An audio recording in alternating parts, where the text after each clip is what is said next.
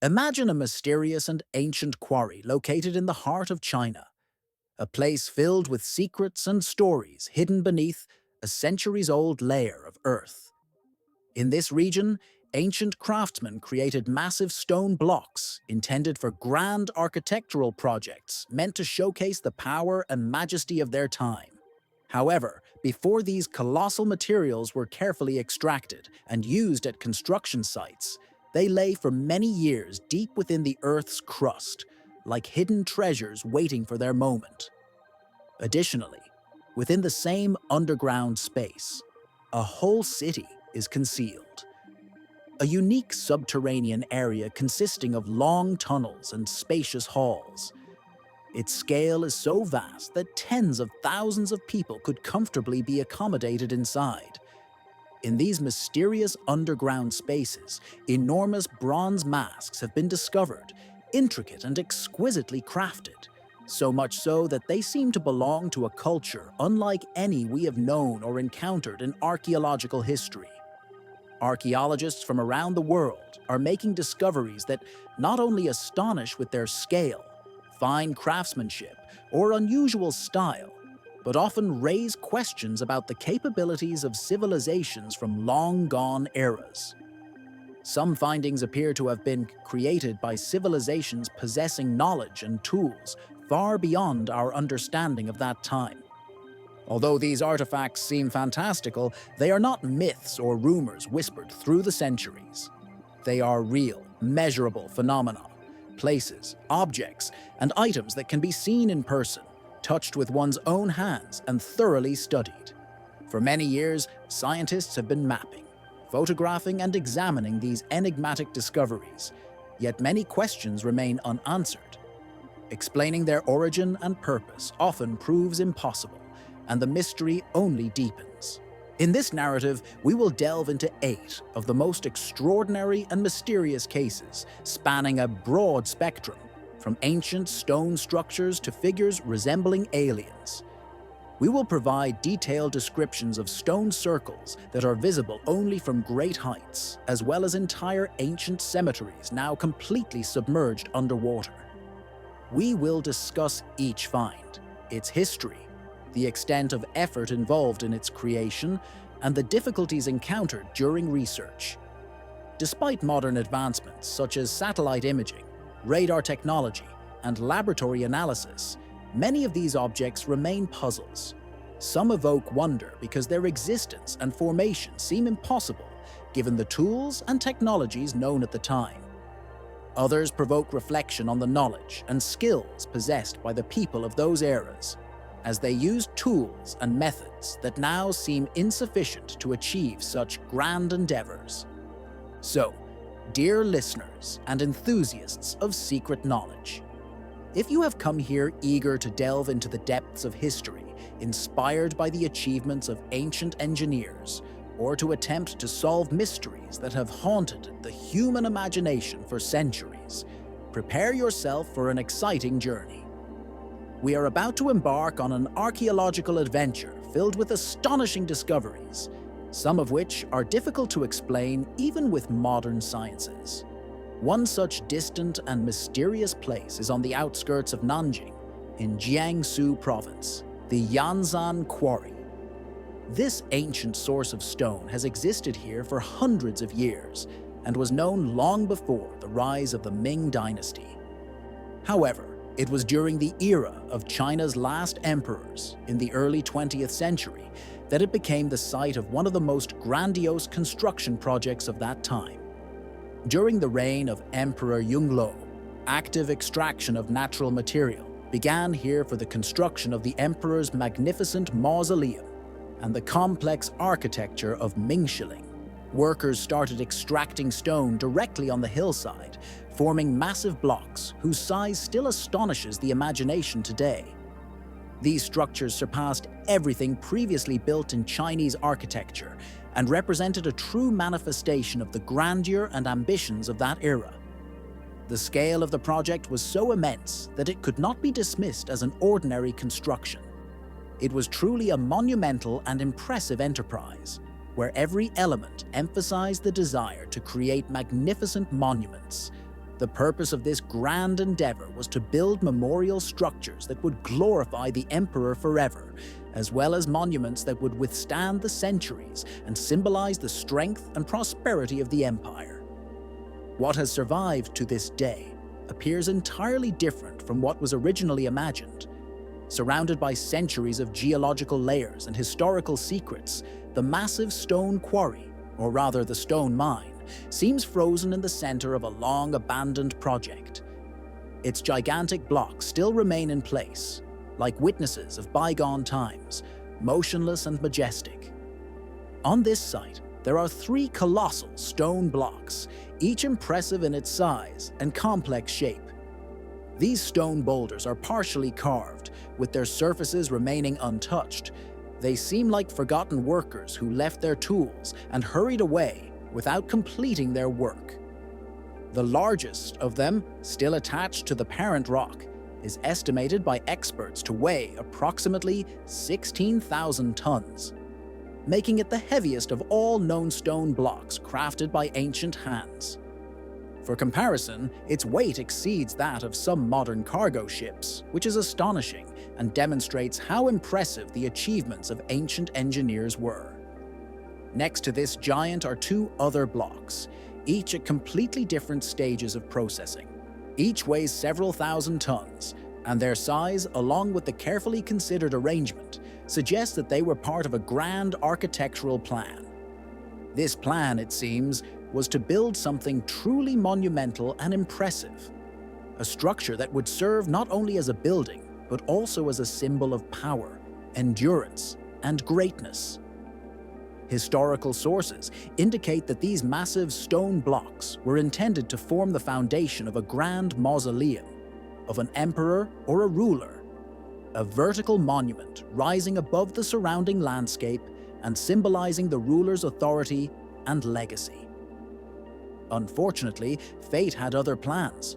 Work on constructing this monumental monument was suddenly halted without explanation, leaving the blocks embedded in the walls of an ancient quarry. The facets and sharp edges of these monolithic elements demonstrate the scale of ambition and the plans that, for some reason, were left incomplete. Today, the site presents a unique combination of raw, unprocessed mountain rock and carefully carved surfaces, creating an almost surreal scene where antiquity intertwines with human craftsmanship. This contrast reveals the true ambition of the project, conceived as a pinnacle of engineering and architecture for its time. To understand how complex this project was, it is necessary to consider the engineering difficulties involved. The heaviest of the blocks, weighing approximately 16,000 tons, would surpass the lifting capacity of most modern cranes. Transporting and installing such a colossus would be a real challenge even for today's specialists. Imagining how ancient artisans moved these massive stone monoliths across uneven, rugged terrain is far from simple. It would be extremely difficult and physically demanding, even with modern technology. In those times, without the aid of machines, such a process would seem almost impossible. Picture a team of workers armed with chisels, hammers, and wedges, laboring under the scorching sun, with lingering, hard-to-turn attention fixed upon them. Each strike on the stone echoed through the quarry walls, and the entire process of moving and shaping the block would take not just weeks, but months. Every inch of this massif had to be extracted manually, with the simplest yet most labor-intensive tools. Once the block was cut from the main rock mass, it needed to be transported several kilometers to the site of the future monument or mausoleum. This was a far more complex task, requiring strategic planning, coordinated work of large crews of people, various means of transport, and reinforced roads or rails made from wooden beams. Part 4 of 29. These pathways constantly changed and adapted to ensure the safe and efficient movement of heavy blocks. Even smaller blocks, such as those seen in the famous Lebanese Baalbek, spark debates among historians about the methods ancient craftsmen used to quarry and transport such massive stones. but even they appear at least trivial compared to the Yasani monoliths. It is thanks to modern technological advancements that the transportation, lifting, and installation of such incredibly heavy stone blocks have become possible and feasible. Undoubtedly, these technologies represent a modern miracle that allows us to solve tasks once only dreamed of. The scale of this grand project is impressive to anyone familiar with its history, even if we ignore the extremely limited human resources available for its implementation. The question arises, could such a plan ever have become a reality? Or are all that remain only fragments of dreams and grand designs? This question still sparks debate and reflection, as it is precisely this uncertainty that deprives us of definitive confidence in the true fate of this endeavor. The very fact that history has preserved a more than mysterious scenario only deepens the intrigue and mystique around why such monumental structures were never completed. Several hypotheses attempt to explain the halt of the work. The main one suggests that the used blocks were simply too massive to be transported and moved. Perhaps the initial calculations and plans for quarrying and carrying these stone giants were only made after construction had already begun, making the task virtually impossible at early stages. Even if these enormous blocks had been shifted, lifting them onto such high supports and installing them would have become a new, even more complex and dangerous challenge. It is also possible that changing political priorities jeopardized the project. During the Ming Dynasty, known for its grand architectural and state initiatives, from building the Forbidden City to strengthening the Great Wall, resources could have been redistributed to more urgent or relevant goals. The rule of Emperor Yongle was filled with ambitious projects, but it faced numerous difficulties and limitations, which most likely led to the work's suspension, limited logistics, resource shortages, and perhaps an awareness of the risks associated with completing such an extensive undertaking.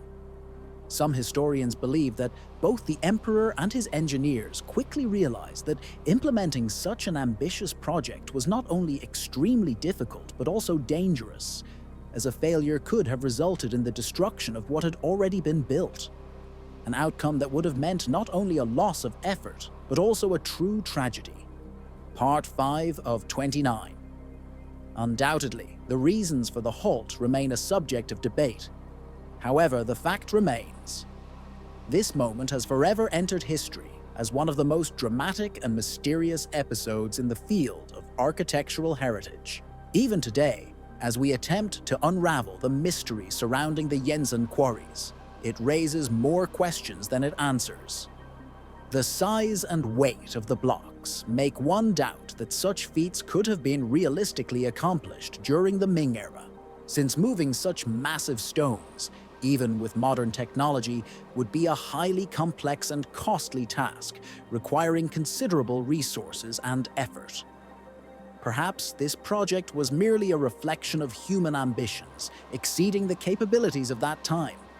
Or maybe the builders possessed some yet-lost secret of transporting such gigantic stone structures. But if that's the case, why has no trace of this marvelous method been found or documented in historical sources? Standing at the foot of these mysterious blocks, we can only speculate about the secrets hidden deep within the ages and the true complexity of this ancient engineering challenge. Before us are massive, impenetrably static boulders, seemingly embodying the physical proof that human ingenuity can reach great heights in creation and construction, yet at the same time, can also come to a halt halfway, subjected to insurmountable obstacles. These gigantic blocks, as if guarded by time itself, remain in place, forever seemingly awaiting the discovery of a way to complete their transportation, to finish what was begun over 6 centuries ago. Perhaps the most intriguing and vital question is whether it is now possible to accept the challenge of the past. Can humanity today find a way to move and appropriately position these massive stones, concluding the epical mission that started so long ago? Moving from the difficult and immovable structures of Chinese quarries, which embody monumental efforts of ancient craftsmen, we enter a completely different world. A world where monumental constructions were created by entirely different means. There, towering spires or halls piercing the clouds do not rise, because contrary to all expectations, these objects were not built to reach into the heavens. Instead, they were buried deep underground, their ominous presence concealed within subterranean labyrinths hidden from casual eyes. In this underground realm lies a network of tunnels and secret chambers, forming what is called an underground city. An astonishing engineering miracle created not from above, but from within, designed for preservation, protection, and perhaps for secret rituals. In the distant year 2603, when one of the local residents in Cappadocia was renovating his basement, he stumbled upon something incredible. An unknown structure emerged from the walls, piercing through the earth and stone, as if it had been hidden right beneath his house.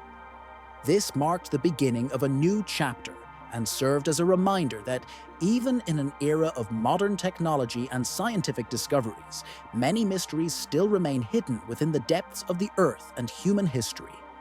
Suddenly, his gaze fell upon a concealed tunnel leading straight into the rock, forming an entrance to an unremarkable yet astonishingly intricate structure. As he advanced further along this passage, the numerous rooms connected by narrow corridors became increasingly visible, resembling branching limbs of an underground labyrinth.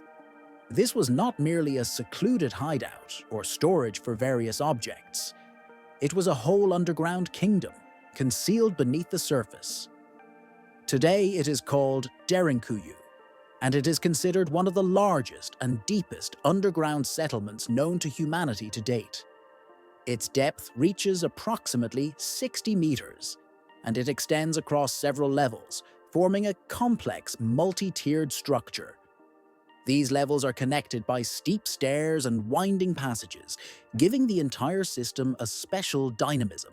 Some of the corridors are wide enough for groups of people to pass through simultaneously, while others are narrow, requiring movement single file, as in a tight channel. The rocks from which this entire structure was carved are known for their volcanic strength. They are soft enough for various carving works, but still maintain stability and durability, making them an ideal material for constructing underground shelters. For thousands of years, local residents built homes, storage rooms, and warehouses within the rocks, making careful use of the natural materials' capabilities. However, Derinkuyu holds a special place among them.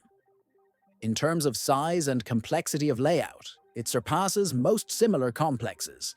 Its dimensions and multi-level structure make it more than just a refuge. It was a genuine underground city, resilient and long adapted to life beneath the surface. Archaeological research indicates that this place was created specifically to ensure the long-term survival of an entire community. The ceilings of the kitchens and rooms have blackened from centuries of smoke from fires lit here, necessary for cooking and heating. Along the corridors, there were storage areas for grains, oils, and gathered grapes collected from the surface. There were spacious assembly halls, cozy family rooms, and even spaces resembling schools or meeting places, all designed for the inhabitants of this underground world. Equally impressive was the city's efficient ventilation system. Thanks to a series of specially dug shafts and channels, fresh air entered the lower levels, creating an optimal microclimate for people and animals, ensuring the circulation of fresh air and the removal of exhaust gases.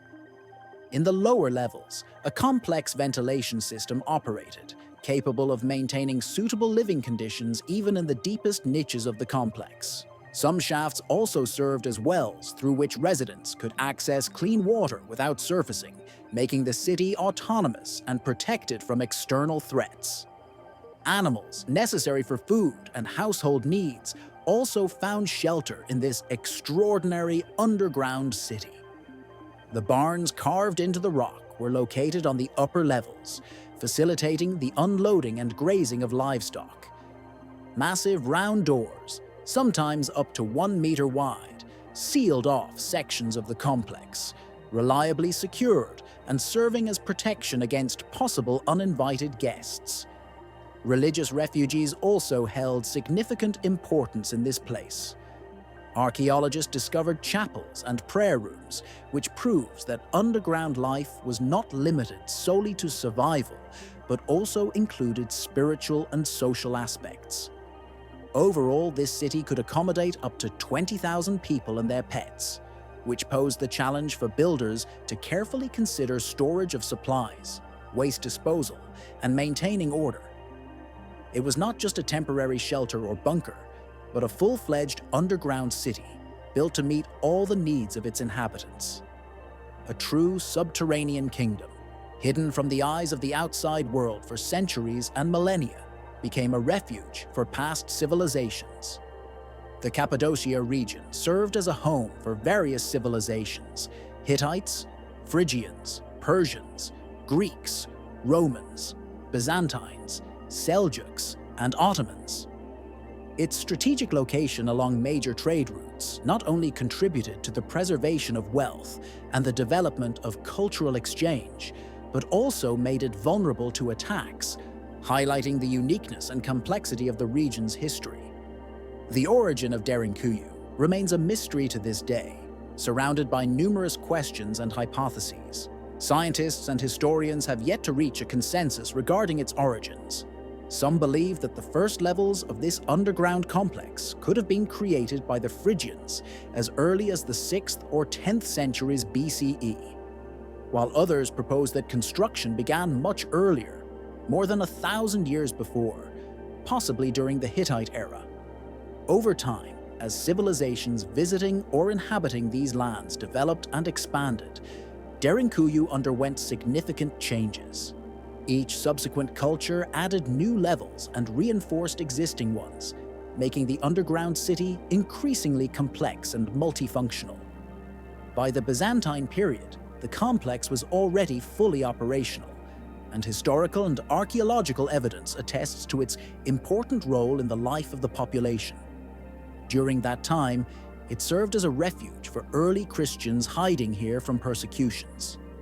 Later, this underground fortress served as a defensive base for local communities in times of constant Arab raids, confirming its military purpose. However, there are other theories suggesting that Derinkuyu also fulfilled different functions. For example, the constant temperature inside its tunnels made this complex an ideal place for storing food and wine, allowing them to remain fresh and suitable for consumption throughout the year. It is also possible that the city was used seasonally, or as a kind of safe haven for merchants traveling along the ancient Silk Road, transporting goods and crossing through this strategic center. Some archaeologists propose that a network of tunnels may have connected Derinkuyu with other underground settlements, enabling safe movement, trade, and communication between various regions. Constructing such a large underground city as Derinkuyu would be an incredibly complex task even today, not to mention ancient times. Even with relatively soft, volcanic rock, the volume of stonework would be enormous, and all the excavated material would have needed to be carefully and safely transported outside without modern equipment. Lighting was also a significant challenge. In those times, oil lamps were used, and managing smoke and ventilation required a carefully designed system. Ventilation shafts and channels were engineered to ensure a constant flow of fresh air at all levels, allowing inhabitants to stay inside the complex for extended periods without the risk of suffocation. The builders also took safety into account, designing the structure to minimize the risk of collapse. Thin ceilings and walls were constructed with an even distribution of weight in mind, and load-bearing columns were erected at key points for added strength. Some parts of the city appear more rudimentary and narrow. These are probably the oldest sections created during the initial construction phases. In contrast, Other areas are smoother and more spacious, indicating development and expansion of the complex over the centuries. These differences demonstrate that Derinkuzu was not built spontaneously or hastily. It was developed over a long period, with each culture residing here adapting it to their needs. Experts agree that the primary purpose of this underground city was to ensure the safety and protection of its inhabitants during difficult historical times. Its hidden entrances, defensive door mechanisms, and autonomous systems suggest it was intentionally designed for survival during sieges or attacks. However, the question arises: why was such a large underground city necessary, capable of accommodating tens of thousands of people? Could it be that surface conditions were so harsh that entire communities were forced to hide underground for months or years? Or perhaps it served multiple functions at once, combining defensive structures, storage warehouses, local residences, and even trading posts, all within a single complex. This multitasking only adds to its mystery and emphasizes its strategic importance during times when security and survival were paramount. Undoubtedly, the city of Derinkuyu was not the only such underground structure in the region. More than 200 underground cities and complexes have been discovered in Cappadocia, many of which are connected by long tunnels extending to considerable depths. If this is true, one can imagine that there once existed an extensive network of hidden cities beneath the surface of the Earth. I naturally wonder, who was the first to conceive and build such large-scale subterranean structures? What was happening on the surface at that time while these unique underground sites were being constructed? Why did the need for such extensive construction arise specifically in this region? And why did it require such great effort and resource expenditure? These questions continue to make Derinkuyu one of the most intriguing and mysterious archaeological sites. It should also be noted that Derinkuyu is only a part of a vast network of underground complexes scattered across the region. Numerous smaller underground structures have been found in the area, some connected by tunnels several kilometers long. These findings indicate the existence of an elaborate underground culture, the extent of which has not yet been fully explored or understood. Now, standing inside its endless halls, one cannot help but wonder, who could have been its first architect, creating this secret city beneath the rocks? And what was the outside world like at that time? What compelled people to seek shelter so far from sunlight, living in dark, mysterious underground chambers? After these unexpected discoveries within Derinkuyu, we will travel east to a completely different secret location and find not carved in stone, but uncovered as various artifacts pulled from the depths of the earth, fragments of gold, nephrite, and bronze. While the scale of the underground constructions and the size of their network were impressive, the next discovery shocked with the incredible artistic value of these artifacts. These objects are so unusual that they give the impression of belonging to a civilization distinct from any known. The story of Sansi Sindui begins in the year 1920, when a peasant from Sichuan province in China, digging a ditch, stumbled upon a treasure trove of jade artifacts. At first, this find attracted attention, but it did not receive serious scientific study and was nearly forgotten and underestimated for almost 10 years. In the 1980s, extensive archaeological excavations began, during which two massive sacrificial pits filled with thousands of artifacts were discovered. These findings astonished scientists not only with their quantity, but also with their style, which was unique and distinguished from previously known Chinese cultures. Bronze masks with exaggerated facial features, tall figures of people, gold jewelry, jade blades, and mysterious animal figurines were retrieved from the earth. Each new artifact amazed with its brightness and unusual design, expanding our understanding of ancient civilizations. Thus, the existence of a developed Bronze Age culture was uncovered, previously unknown, which was later named Sansi Sendui. The artifacts found during the excavations differ completely from other Chinese archaeological samples. Particularly impressive are the massive bronze masks. Some of them exceed 1 meter in width. Many are illuminated by expressive, deep-set eyes, as if observing the surrounding world through narrow holes or tubes, while others feature sharply defined noses, large ears, and stylized mouths crafted in bold geometric shapes.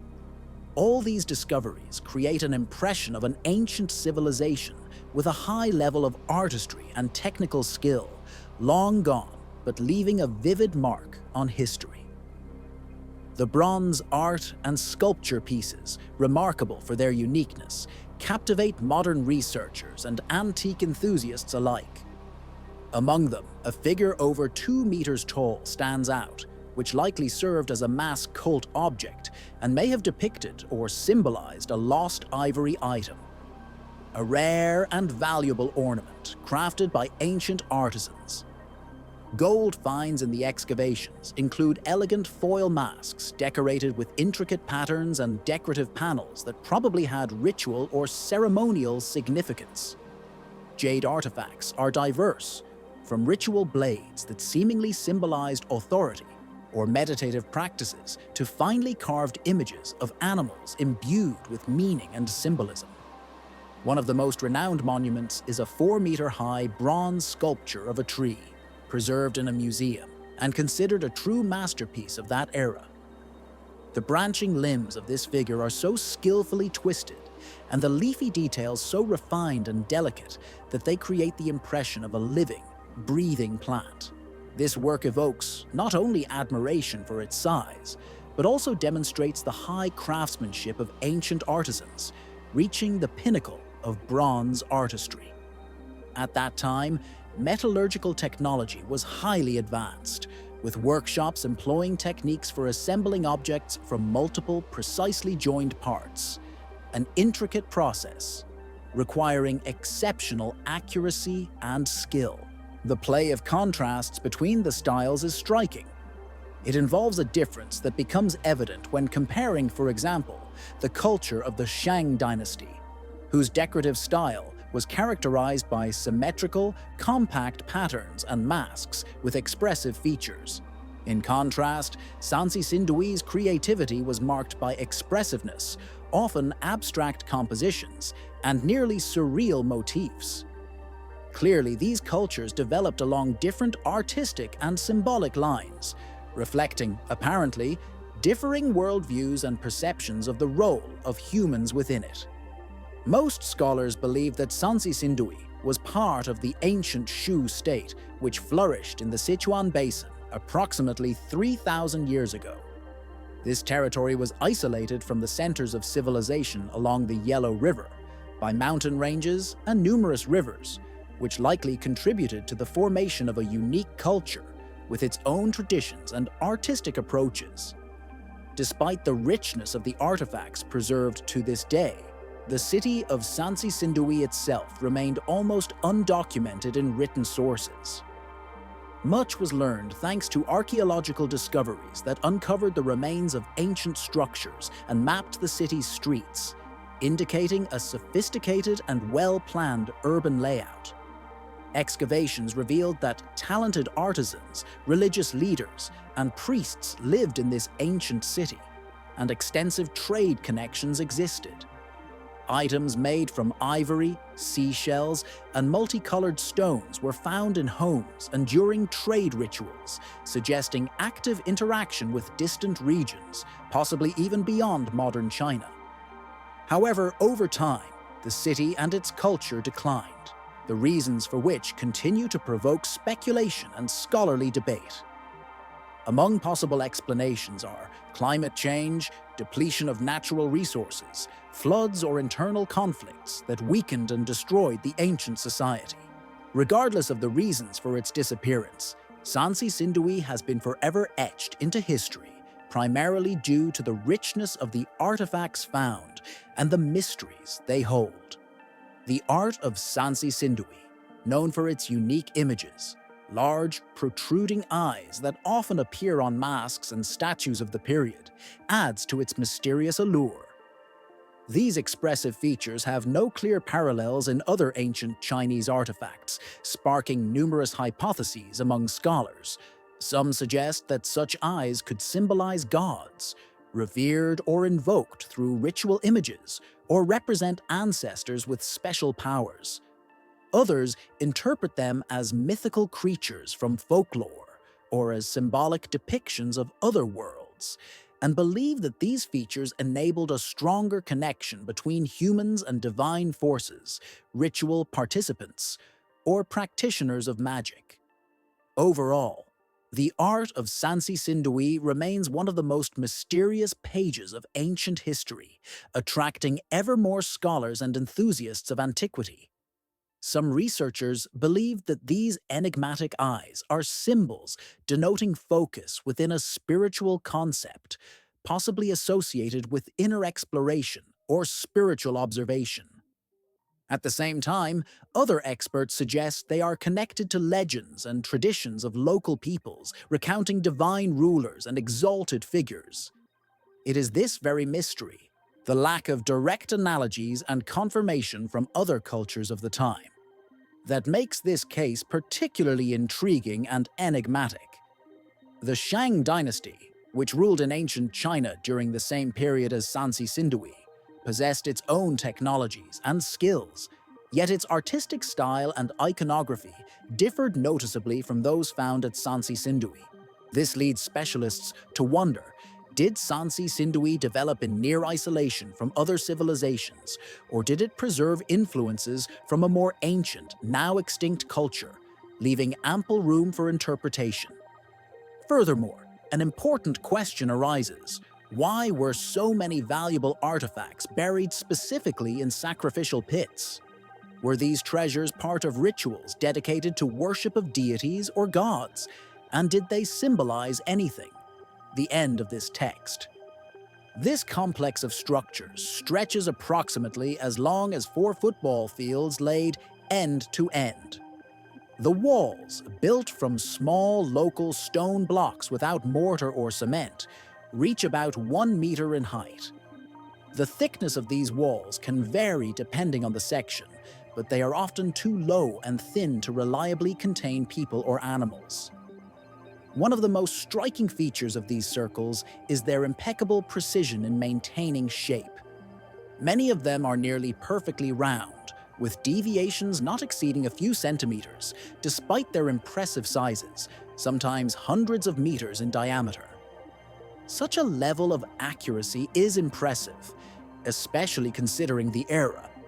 Even modern geodetic instruments can achieve similar precision, not to mention ancient master techniques. It is remarkable that none of these circles contain obvious openings, gates, or passages. If such features ever existed, they were most likely destroyed over time, or concealed beneath layers of earth and debris. The placement of these structures also raises questions. Most are located in open, flat areas without clear connections to rivers, transportation routes, or major settlements known in antiquity. Determining their age is challenging due to the absence of organic materials suitable for radiocarbon dating. Some scholars believe that the age of these structures is at least 2,000 years, while others argue that they may be much older, possibly dating back to prehistoric times. In this region, the deserts of Jordan and Syria, an extensive array of ancient constructions has been preserved, from Roman roads and fortified strongholds to stone alignments and cairns, Jordanian stone structures. For many millennia, these lands have been home to nomadic herders, farmers, settled inhabitants, and trading groups, each leaving their mark on the landscape. Large, well-known stone formations in the area are sometimes called desert snakes because they are thought to have been used for hunting or guiding animals, functioning as primitive paths or traps. However, the large circles clearly do not fit this classification. They are too open, stand too low, and their interior structures lack funnel-shaped entrances characteristic of such snakes or traps in desert regions. Some archaeologists note that small stone circles and geoglyphs in the Middle East often served as markers for burial sites or were used as sacred or ceremonial grounds. But within these large circles, no artifacts or remains indicative of ritual or cultic purposes have been found. The absence of objects such as tools, pottery, bones, or other items makes it difficult to determine their precise cultural or civilizational affiliation. For a long time, numerous hypotheses have been proposed regarding their purpose. One of the most popular suggests that they served as borders or boundary markers. In this case, these monumental outlines could have indicated tribal territorial boundaries, sacred spaces, or areas designated for seasonal livestock grazing. Land features similar to these circles could easily have served as visual signals for neighboring groups or tribes, helping them navigate and observe territorial boundaries. There is also an opinion that these structures had a ritual or sacred purpose. An area approximately 400 meters long might have been used for seasonal ceremonies, gatherings, or public ritual activities.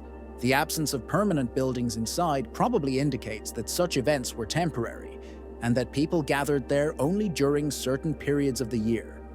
Some scholars have suggested that the massive circles scattered across the landscape have never lost their practical significance as defensive structures or barriers. Instead, they are viewed more as symbolic objects or large works of art, creating the impression of grand cultural expressions. These ancient geoglyphs, imbued with mystery, represent unique testimony from the past, revealing many secrets of ancient history to researchers. Such circles, discovered in Peru, were clearly visible from the neighboring hills and ridges, confirming their grand size and strategic placement.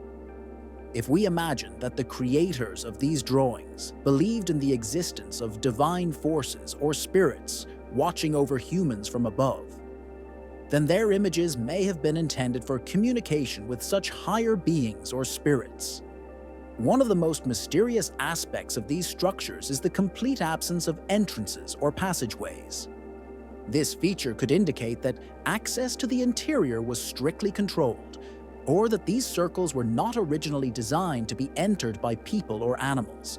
Their scale, precision, and seemingly meaningless or inaccessible nature raise even more questions. Creating such a perfect circle, hundreds of meters in diameter, is a task that requires not only care, but also significant effort, even when using primitive stone tools and methods. For a society willing to invest such resources, there must have been a very compelling reason. However, no definitive purpose justifying such labor has yet been established. Equally enigmatic is their consistent similarity despite different orientations. In countries like Jordan and Syria, enormous stone circles of similar size and construction methods have been found. This similarity suggests they were created by members of the same culture or tradition. Yet, without any dating material or inscriptions, it is very difficult to determine whether they were built simultaneously or over several centuries. Modern technologies have greatly simplified the study and mapping of these ancient objects, helping to reveal new details and features, but their true purpose and meaning remain unresolved. The more we learn about them, the more questions arise without answers. Perhaps these massive stone circles served as landmarks for travelers crossing deserts or mountain ranges, or were part of ritual rites that lost their significance over time. Or maybe they represented elements of forgotten practices whose meanings have long been lost. Today, these massive structures remain silent witnesses to vanished eras. Their stones have succumbed to destructive forces of wind, sun, and time. And although we can create maps, take measurements, and photograph them, their true purpose continues to be a mystery. It is rooted in secrets and legends surrounding the landscapes where they are located, with an aura of uncertainty and mysticism. Moving on to another mystery, let us turn to a place beneath the calm surface of a freshwater lake in northern Israel. Here, thanks to modern hydrological research, something incredible and sudden has been uncovered. At the bottom of this water body, a massive stone monument was discovered, embodying the mystery and beauty of an ancient culture. In the 21st century, teams of specialists engaged in hydroacoustic scanning of Lake Galilee identified an anomaly in its depths, originating from a single block. This structure is an impressive conical shape, rising approximately 9 meters above the lake bed. At first glance, it might have appeared to be a natural formation, such as a pile of stones or a natural outcrop. However, its strict symmetry, precise shape, and arrangement indicated an artificial origin. For a more detailed investigation, divers were sent underwater, who found that the monument was made of massive basalt blocks, carefully selected and assembled in a way that created the impression of a skillfully built structure. Their arrangement was clearly planned in advance, and it is hard to imagine that it could have occurred spontaneously or as a result of natural processes. This unique discovery is remarkable not only for its immense size, but also for its surprising location. The construction is completely hidden beneath the lake's waters, in an area where no similar structures or ruins had previously been found. The sudden appearance of this object on the lakebed immediately raised several questions requiring explanation. Who created this unusual structure? For what purpose was it built, and what is especially mysterious? Was it originally placed underwater, or did it appear as a result of some other processes? By itself, this object is a so-called chyron, an ancient large-scale construction consisting of a heap of stones, carefully arranged from basalt boulders, each weighing hundreds of kilograms. These heavy stones were piled in the shape of a cone, approximately 10 meters high, with a diameter of about 70 meters at the base. Research showed that this chyron contains approximately 230,000 cubic feet of solidified rock. Its total weight, according to calculations, is about 6,000 tons, exceeding the mass of many modern warships or large sea vessels. Surprisingly, the entire structure was built without the use of any mortar or binding materials. The stones are held solely by their own weight and gravity, making it a truly unique engineering mystery. It is especially important to emphasize that the precise placement of each stone was carefully thought out and refined to ensure maximum stability of the entire structure. At a depth of several dozen meters, a significant depth for lake waters, there lies the chyron, and despite often poor visibility, diving explorers noted the presence of steep and perfectly level slopes, indicating deliberate shaping and careful planning. Chyron's location resembles large stone mounds or ceremonial structures found on land in various ancient cultures.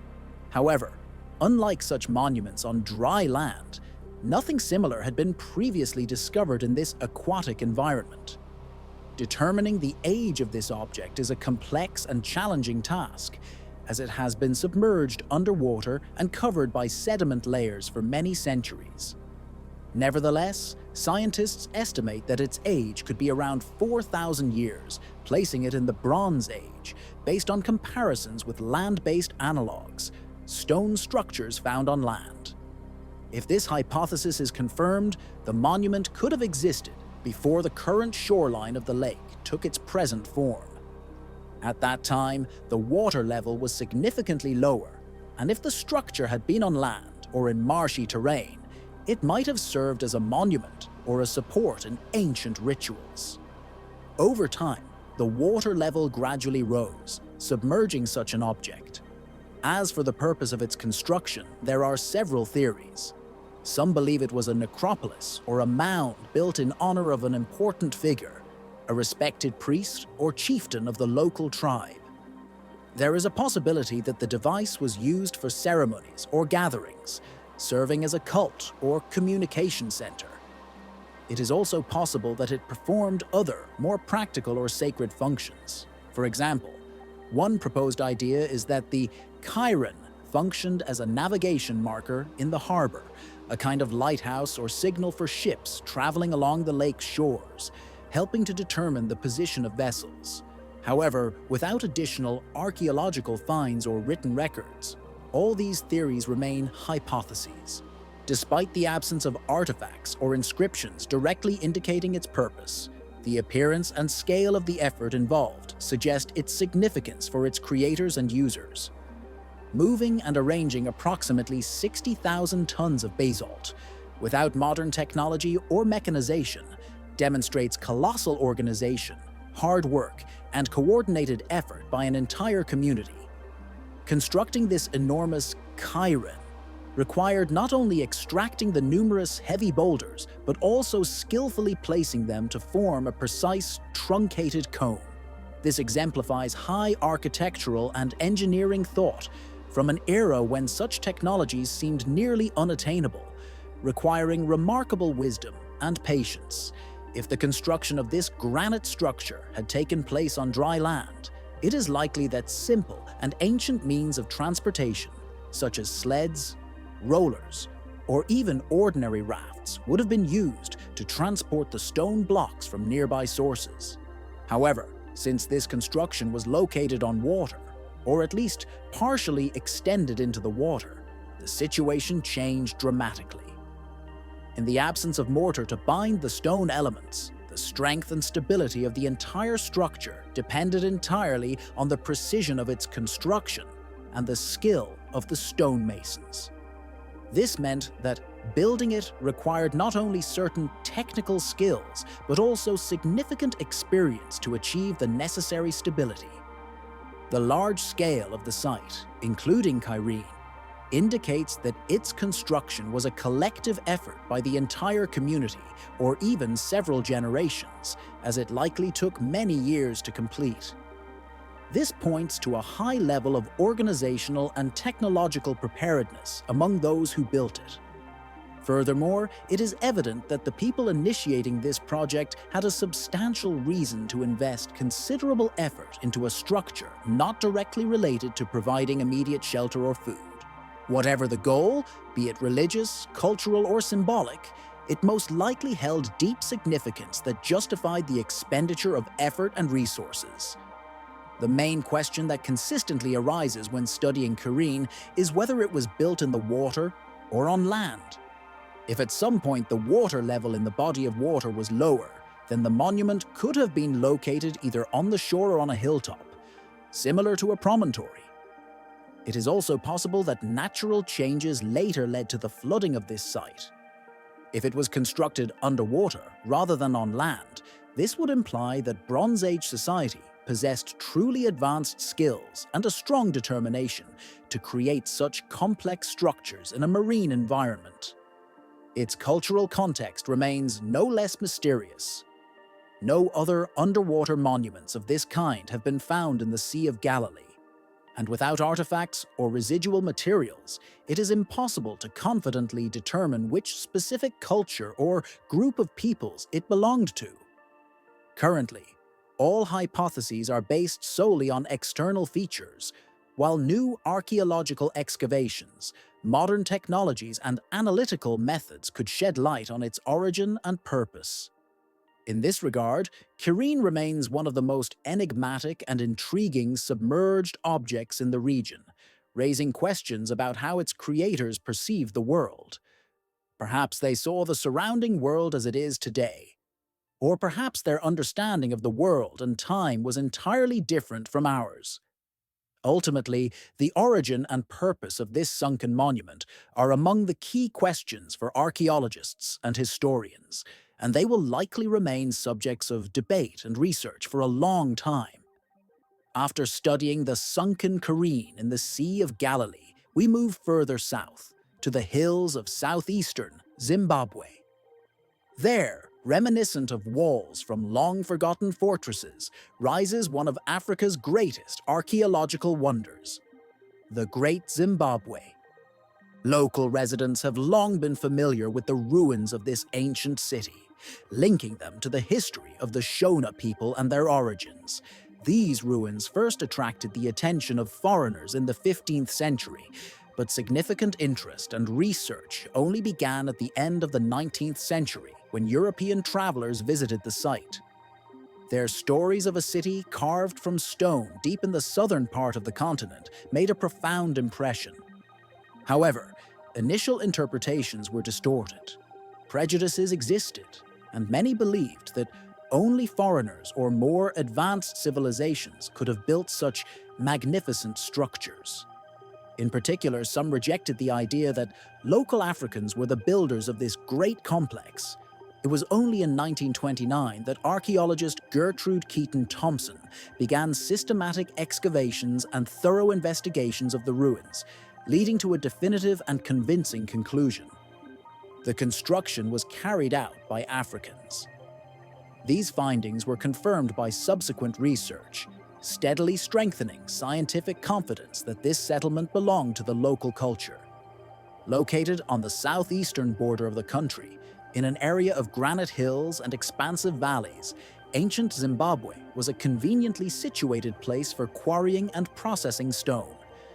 The abundant granite rocks and their natural weathering created ideal conditions for obtaining stone blocks, which became the foundation of its outstanding architecture. Open gullies, granite cliffs, all of these were utilized by ancient artisans to build walls, towers, and structures that, in their complexity and durability, surpass many other constructions of the time. Thus, natural conditions contributed to the creation of this architectural masterpiece from accessible materials, a testament to the high skill and sophisticated engineering thinking of ancient builders, whose knowledge and skills are preserved in the ruins of majestic Zimbabwe. In the heart of this large city, spread between picturesque hills and valleys, lies a spacious, protected area that is one of the oldest structures in the region. This monument is a relatively large, oval-shaped construction built from dry stone masonry, enclosing an interior space approximately 250 meters in perimeter. The outer wall of this ancient complex exceeds 11 meters in height, and its base thickness reaches over 5 meters. The blocks used to construct the wall are not bonded with mortar or cement, yet thanks to their exceptional precision in placement, they have retained their strength and durability through the centuries.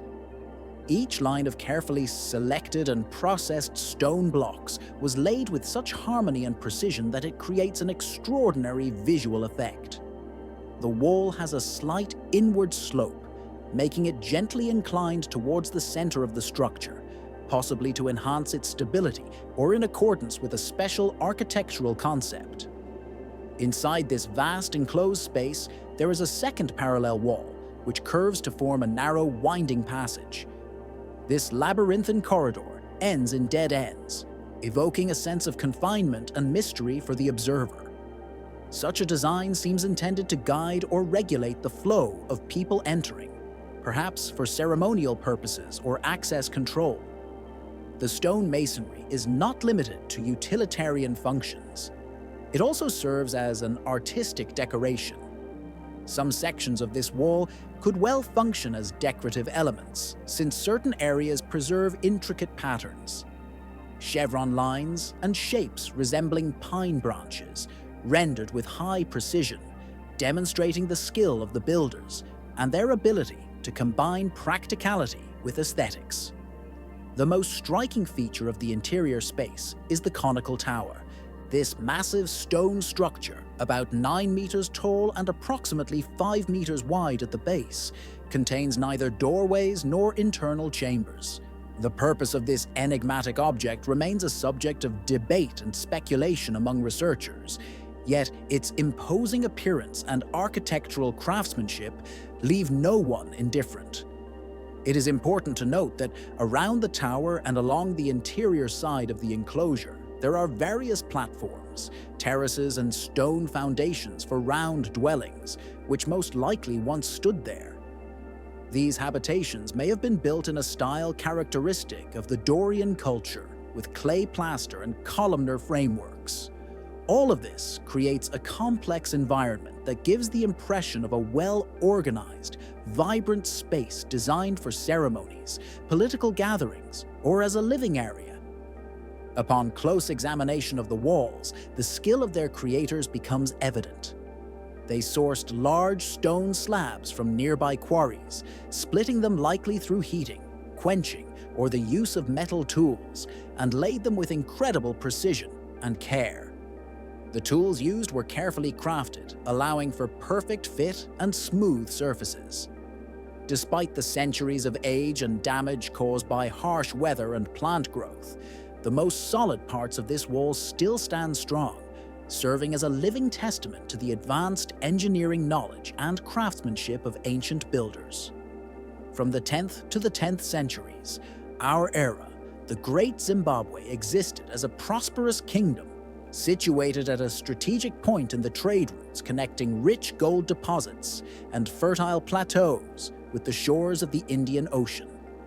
From port towns like Sofala, goods were shipped along the coasts of the Swahili region and further afield, meeting caravans of traders from Arabia, India, and China. Archaeological excavations conducted both within the enclosed area and on neighboring sites uncovered numerous imported artifacts, confirming the wealth and extensive trade connections of this ancient state. The archaeological site revealed a variety of objects indicative of the wealth and cultural diversity of its ancient inhabitants. Among the finds were finely crafted pieces of Chinese porcelain, which long served as elite and highly valued tableware, as well as items glazed with Persian techniques, indicating close trade links and cultural exchanges with Middle Eastern countries. Equally valuable were glass beads brought from regions along the Indian Ocean, demonstrating sophisticated trade routes connecting different parts of the world. In addition, archaeologists discovered Arabic coins, affirming active interregional trade and the need for currency in exchange transactions. In addition to these imported items, the complex settlement structure included local handmade products.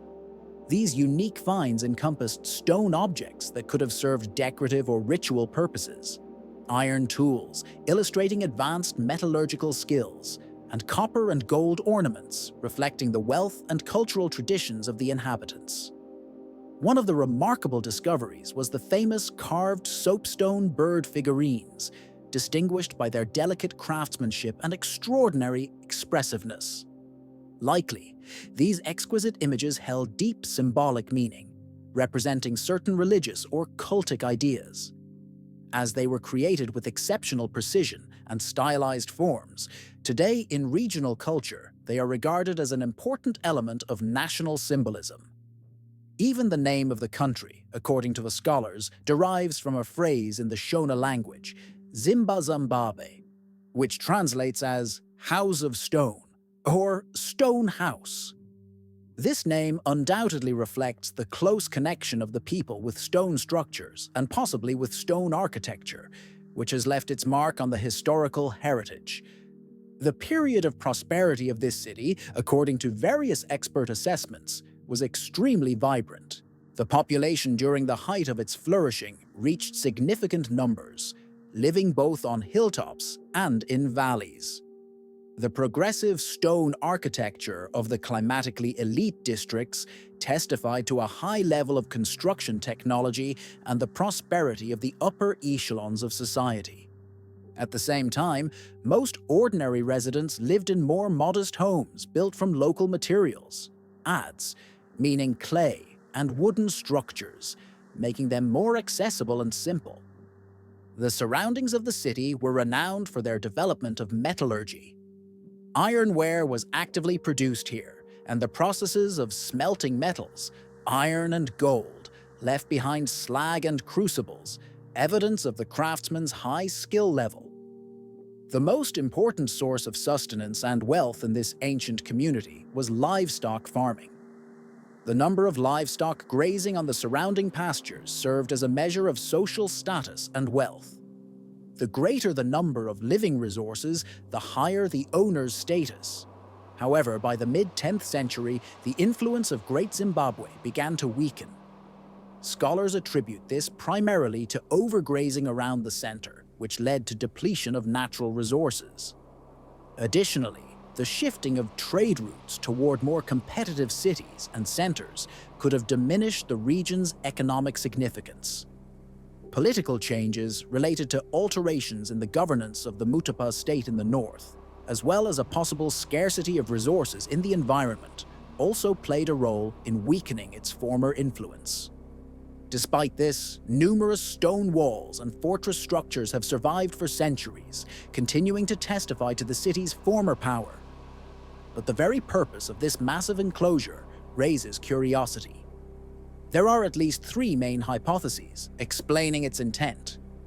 The first, tentative version, suggests that it could have been the residence of a ruler, a palace fortress. Tall walls, controlled entrances, and a conical tower rising above other structures would indicate that the dwelling of the chief and his entourage was located here. The second version posits that it might have been a religious or ceremonial center. Passages specifically designed for processions, decorated with ornamental elements, rows, and a tower, create an atmosphere of solemnity, rich with public rituals or initiation ceremonies. The third hypothesis interprets this fortification as a combined sacred space, where political authority and religious festivities merged, creating a unified system of maintaining order and spiritual practices. Among archaeological finds, the conical tower holds a special place, drawing careful attention from researchers. Some believe it can be viewed as a stylized granary, symbolizing prosperity and protection of the harvest, as well as embodying the ruler's role as the protector of the entire community. Others lean toward interpreting it as a symbolic monument or visual beacon for ceremonial activities, serving as a reminder of the sacred significance of this territory. Since no inscriptions have been discovered on the tower, all arguments are based on the analysis of context and comparisons with similar structures from other cultures, while the constructed enclosure allows for various interpretations of its purpose.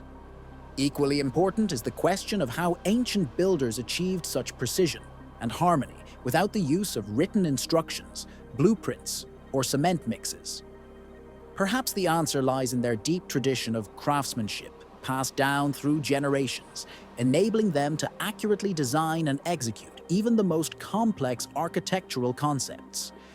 In ancient times, stonemasons worked according to established practical templates that were handed down from generation to generation.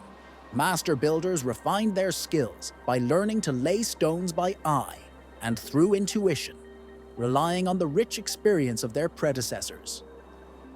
During the construction of decorative structures, they went beyond mere masonry, turning their creations into works of art that incorporated intricate compositions and subtle aesthetics. Over time, legends and myths about places like Great Zimbabwe spread across the region, speaking of Phoenicians, lost tribes, or even extraterrestrial visitors. However, all these claims remain unconfirmed by archaeological evidence. Modern discoveries clearly indicate that the creation of Great Zimbabwe was the result of the work of African craftsmen who could not only pass their knowledge and skills to subsequent generations, but also leave a vivid testimony to their unique craftsmanship, mastery, and creative approach to construction. They used accessible local materials, actively developed regional trade, and attracted skilled specialists to build something truly magnificent, worthy of remembrance. At the same time, an intriguing question remains unresolved. Was Zimbabwe the pinnacle of cultural and architectural tradition? Or was it the last prominent expression of a broader and more developed architectural culture that, over time, lost its other great accomplishments? The walls of this unique structure do not provide a definitive answer to such questions, but they persistently confirm that many new discoveries and insights await us, broadening our understanding of ancient history.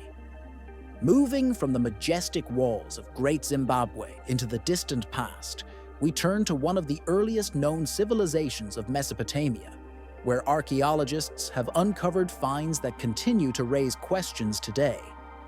In ancient settlements of southern Iraq, numerous artifacts have been found that have perplexed researchers for over a century. Among these are small clay figurines with human bodies and faces of reptiles, known as Ubaid figurines, or lizard figures. The first such discoveries were made in 1919 during excavations at the Ubaid settlement. A tour of excavations in southern Mesopotamia, in the territories of modern Iraq, revealed that these artifacts are part of a complex system of research aimed at studying the earliest stages of Mesopotamian civilization's development. The excavations took place at key archaeological sites such as Tel el-Ubaid, Ur, and Eridu, dating from approximately the 5th to the 4th millennium BCE, predating the emergence of Sumerian city-states and laying the foundation for the region's cultural traditions. Researchers discovered that these figurines were buried alongside the remains of mud brick structures, ceremonial buildings, and household waste. They were found in association with ceramic vessels decorated in a geometric style, as well as near agricultural tools and small ritual objects. Over subsequent years, as archaeological excavations expanded, the number of artifacts found increased to dozens of specimens. The clay figurines exhibited remarkable realism. Facial features were carefully rendered to convey expressive details, and certain elements, such as indentations on the cheeks, made them particularly striking and unusual. However, this was not enough to leave all researchers indifferent. Attention was drawn to figurines with non-human traits. Unlike the more typical depictions of gods or women, these miniature sculptures possessed features reminiscent of reptiles, elongated snouts, large almond-shaped eyes, and smooth, sometimes scaly surfaces that evoked lizard-like images. These findings opened a new chapter in the study of ancient cultures, prompting scientists to reconsider their views and expand their understanding of the region's mythological and cultural heritage. Archaeological research suggested that these small figurines might serve as representations of gods or supernatural beings associated with the religious beliefs of the Ubaid civilization.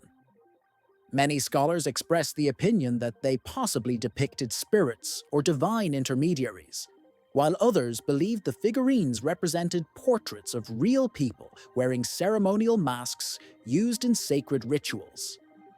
Despite differences in interpretation, it is clear that the organized and meaningful structure of these figurines indicated they were not mere random artistic experiments. Rather, they were part of a broad cultural system reflecting the spiritual and ritual views of Ubaid society. The Ubaid civilization, which created these remarkable objects, itself deserves special attention. It occupied vast territories of southern Mesopotamia and, in subsequent centuries, had a significant influence on the development of northern regions of this area and even on cultures bordering the Persian Gulf. The inhabitants of this civilization developed a complex system of irrigated agriculture. They cultivated barley and wheat, as well as raised cattle, sheep, and goats. Their settlements often included large structures modeled on three-part temples, rectangular buildings with 3 parallel halls inside, indicating a developed religious organizational structure. Ubaida is also known for its unique pottery, brightly colored and hand-painted. The vessels depicted black or dark brown geometric patterns on a richly yellow background. This decorative style emphasized a special artistic tradition, characteristic of the culture of that time. The trade connections of this civilization extended alarmingly far into the Arabian Peninsula, as confirmed by the import of various goods and the spread of cultural elements uniting these regions. During the existence of Ubaida, social strata began to form. The upper class built spacious homes, indicating the presence of social division, and craft workshops emerged, specialized in producing a variety of items. The management of temples was at the center of attention, organized centers of religious and administrative functions. Despite these complex social and cultural changes, the population remained cohesive, united by a common purpose and faith. Unfortunately, most written sources explaining the teachings and social structure of the Ubaida civilization have not survived to this day. Researchers are forced to rely on archaeological findings. one of the most notable being lizard figurines. These amazing miniature statues range from a few centimeters to just over 20 centimeters in height. They were made of clay, which was either fired in a kiln or sun-dried. Their proportions seem to resemble human figures, although a careful look reveals that their heads are clearly elongated and carry a somewhat abstract image. The faces of the figurines are elongated with narrow snouts and large, immobile, non-blinking eyes. Some heads are smooth and rounded, while others feature crests extending from the forehead to the top of the head, giving the figurines a distinctive expressiveness. Many of them are dressed in garments marked with fine lines and patterns, indicating that clothing was part of the culture of these ancient people. Among the ornaments are belts, skirts, and intricate neck scarves, while some figurines are unadorned, which may also have symbolic meaning. Especially notable are figurines depicting creatures holding a baby. In some cases, this infant is distinguished by reptilian features similar to those of adult reptiles, perhaps reflecting mythological or symbolic images that remain an enigma for modern researchers. The craftsmanship of these figurines varies, from simple stylized forms to intricately detailed representations, suggesting that their creators possessed different skills or that the figures served various functions. Overall, the features of these miniature objects point to their connection with mythological beliefs of ancient peoples, whether spirits, ancestors, or participants in ritual ceremonies dressed in special costumes. Many of the discovered artifacts were found directly in residential spaces or in close proximity to them, raising numerous questions. For instance, was this some form of household talisman, a personal shrine, or perhaps a toy imbued with specific symbolism? Without written explanations, these items remain a mystery, and we can only speculate. The delicate execution of these figurines and the recurring motifs suggest they possess a deeper, sacred significance beyond mere decoration. The true purpose of the lizard figurines, known as izubeda, remains unknown to this day. Currently, there are different hypotheses regarding their religious or symbolic function. Some suggest that these figures may have represented gods or divine entities associated with fertility, protection, or harmony with nature. Reptiles, especially snakes, in later Mesopotamian myths, were often linked to concepts of creation, renewal, and underground forces, which could indicate similar meanings in Ubeda culture. In this context, reptilian features of the figurines might symbolize transformation, spiritual connection, or even cycles of life. Some researchers propose that such figures could have been used in shamanistic rituals or ceremonies, with their lizard-like form embodying the idea of transformation or mediating with the spirit world of animals. Others believe these figurines served as masks used in ritual ceremonies, with their images molded in clay as reminders or sacred objects associated with religious practices. Outside scholarly circles, more speculative theories exist. Supporters of the ancient astronauts hypothesis argue that their unusual appearance indicates contact with extraterrestrials, while more radical ideas see them as portraits of an extinct reptilian race, intelligent beings from ancient legends that survived disappearance. Although these theories lack scientific confirmation, they are actively discussed in popular sources, especially since the figures visually differ little from traditional human depictions from antiquity. Nevertheless, we can confidently state that their creators demonstrated exceptional precision and consistency in their work, and that the overall image remained unique within Ubeda culture. Perhaps these figurines were a stylized artistic expression, a kind of mythological symbolism, or a reflection of a belief system that is difficult to fully understand today. They continue to evoke interest and provoke debates among specialists and enthusiasts of antiquity. Lizard-shaped figurines, for which it is very challenging to provide an accurate interpretation, remain some of the most enigmatic relics of the ancient Near East. Were they simply the result of artistic, stylistic experimentation, or served as a kind of symbolic shorthand understandable to the Ubaid society? Or do they carry echoes of legends about gods and powerful ideas that vanished long before written sources appeared? Until new evidence is discovered or mysteries are unraveled, these smooth clay faces will maintain their enigmas, remaining obscure for eternity. Turning to larger and more impressive archaeological finds, it is worth mentioning the structures that amaze with their scale and longevity.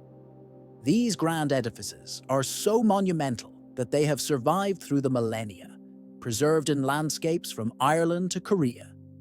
Constructed from massive stone blocks, so heavy that it is hard to imagine how ancient builders managed to transport them without modern technology. These archaeological marvels, domains, are among the most mysterious monuments of antiquity, inspiring genuine admiration and curiosity. Of particular interest are the Damanian megaliths, megalithic monuments consisting of two or more vertical stones supporting a large horizontal slab called a capstone. The size and arrangement of these structures are astonishing because each one exemplifies the craftsmanship and engineering daring of ancient artisans. These structures were created in such a way that their most challenging assembly, often without hammers, wheels, or metal tools, remained possible thanks to the incredible precision and strength invested in their construction. They stand as witnesses not only to technical mastery but also to the rich spiritual world of ancient peoples. As a result, a construction has formed that, in appearance, resembles a massive stone table, and it is precisely because of this feature that, in some regions, it was colloquially called stone tables. Initially, many of these structures were simpler, covered by a layer of earth or smaller Solomonic stones, forming what is called a cairn. Over time, these mounds often deteriorated due to the influence of weathering, wind, water, or human activity, leaving behind only the sturdy, massive stone frameworks. Historians and archaeologists note with interest the remarkably wide distribution of these ancient monuments. They are found throughout nearly all of Europe, in the Middle East, as well as in Asia and even in certain regions of Africa. In Western European countries, dolmens can be encountered in nations such as Britain, France, Wales, and Ireland. Some of them date back to the magnificent Neolithic era, over 5,000 years ago, demonstrating the high level of skill and organization of ancient peoples. In the Middle East, dolmens are found in Jordan, Israel, and Syria, where these stone structures continue to serve their original purpose for many centuries. Beyond these regions, to the east, they can be found in Korea, scattered across rural areas in the thousands. In southern China, dolmens are less common, but still present. The dolmens scattered across India, an area famed for its rich cultural monuments, are quite impressive to varying degrees.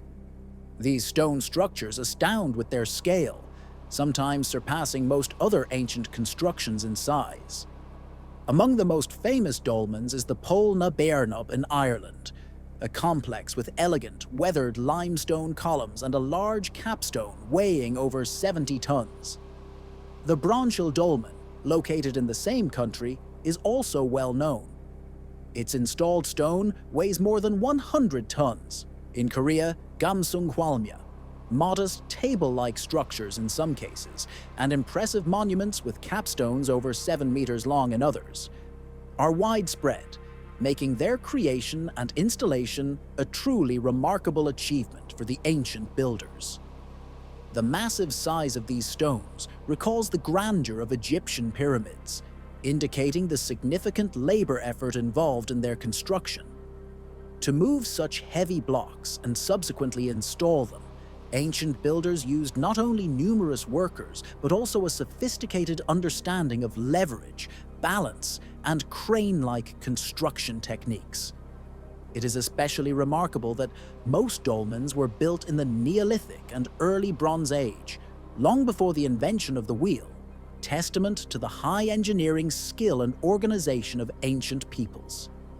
The builders primarily used vertical stones, orthostats that were embedded into the ground so firmly they formed the basis of chambers. At the top of these vertical supports, a massive capstone was often placed, weighing anywhere from a few tons up to over 100.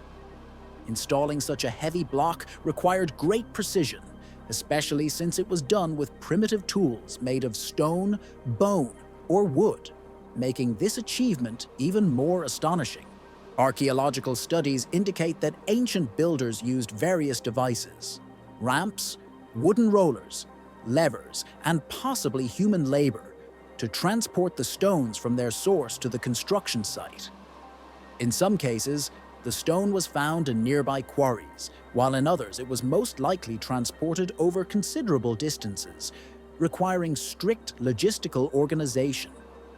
It is assumed that the installation of the capstone involved creating an earthen ramp leading to the top of the supports, followed by the precise placement of a large block and then the removal of the earthwork.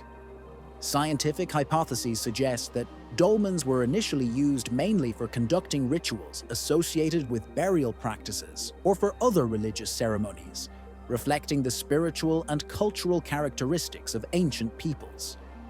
Archaeological excavations at many ancient sites have revealed human remains, as well as various pottery items, tools, and adornments. These findings clearly indicate that such structures served not merely as functional, convenient buildings, but often as burial complexes for prominent individuals or even entire family groups. In some cases, they are collective burial sites repeatedly used for adding subsequent layers of remains, which points to their multi-layered and continuous function over a long period. The structural features of dolmens vary significantly. Some are small, chamber-like structures, often covered with layers of stones, while others form part of large megalithic complexes connected by a shared architectural concept. In several regions, there is a hypothesis that dolmens had an astronomical significance, such as alignments with solstices or other celestial events, which lends them considerable ritualistic and astronomical importance. Most often, these structures were built on hilltops or in scenic, elevated locations, making them easily visible from afar and serving as a reminder of those buried inside or nearby. Such placement indicates their role in cult or memorial practices of ancient societies, transforming them into eternal monuments to the departed. It is remarkable that such monumental structures were created by cultures separated by vast oceans and located on opposite ends of the world. Yet both exhibit very similar forms and functions of dolmens.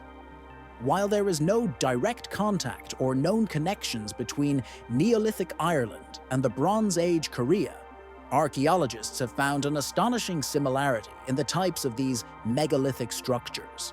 This raises the question: is this merely a manifestation of parallel cultural evolution, where different societies independently arrived at similar monuments due to comparable needs or worldviews?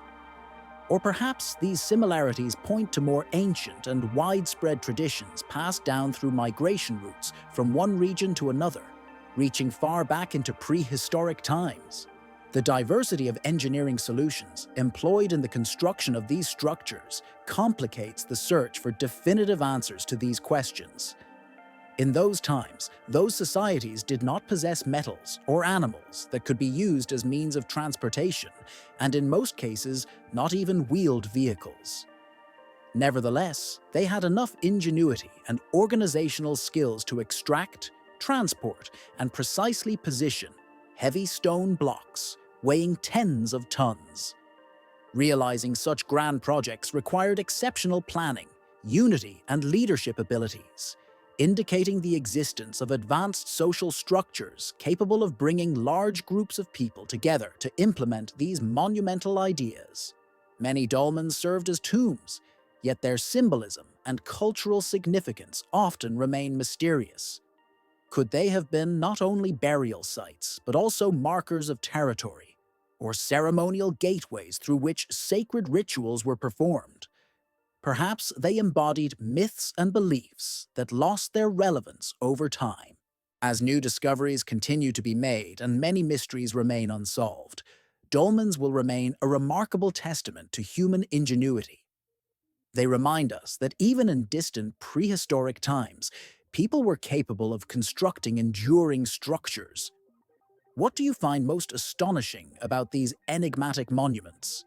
Maybe you have your own ideas and hypotheses about their true purpose, or perhaps you believe we have overlooked some crucial details. Share your thoughts in the comments. We always enjoy hearing them.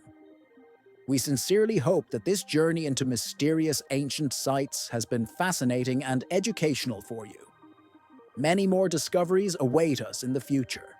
Lost cities, forgotten cultures, and the secrets held by history, full of remarkable mysteries and enigmas.